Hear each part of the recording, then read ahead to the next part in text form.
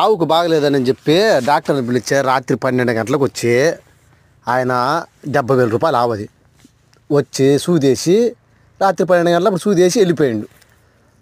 ఇంకా ఇంటికా ఉండోళ్ళు ఏమంటారు, పొద్దున్న వచ్చి పాలు పిండుకుందామని చెప్పి ఏదో బోకు బొచ్చా పట్టుకొని నేరుగా వచ్చి పిండుకునే దానికి వచ్చారు కదా.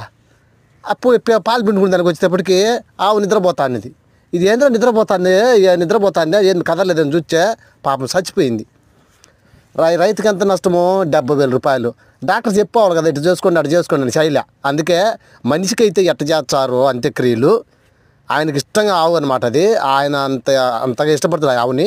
ఆ ఆవుకి మనిషికైతే ఏమైతే చేస్తారు అంత్యక్రియలు అలాగే ఆవు చేసిండు అనమాట.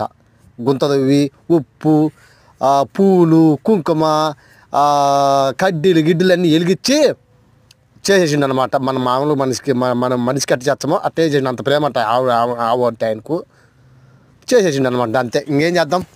70,000 నష్టం.